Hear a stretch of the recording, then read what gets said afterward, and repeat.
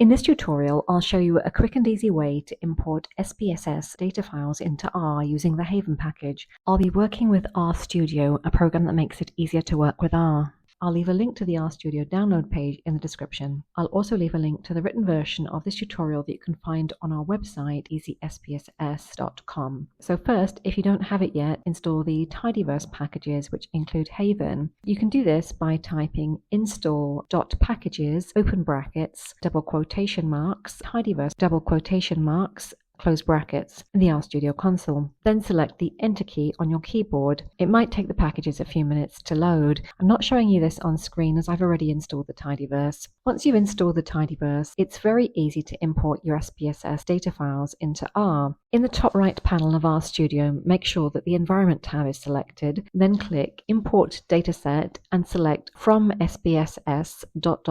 from the drop-down menu. This takes us to the Import Statistical Data window. Click the Browse button and browse to the SPSS data file that you want to import into R. Double-click on the file to select it. You'll see a preview of your file under Data Preview. Under File/URL, we see the location and the name of our SPSS file. Under Import Options, we see the name that R has applied to our file. This is usually the name of our SPSS file. You can click on this field and rename the file if you want to. In Code Preview, we see the code for importing our file into R. If everything looks good, click the Import button. After you've imported data into RStudio, it's a good idea to review it. RStudio displays the first few records of our imported file in the top left panel. We can use the scroll bar to view the other records. One easy way to check that your data has been imported correctly is to use the head command. Just type the following in your console: head, open brackets, your data, close brackets. Just replace your data with the name of your own data file. Our data file is called Frisbee, so we'll type head, open brackets, Frisbee, close brackets.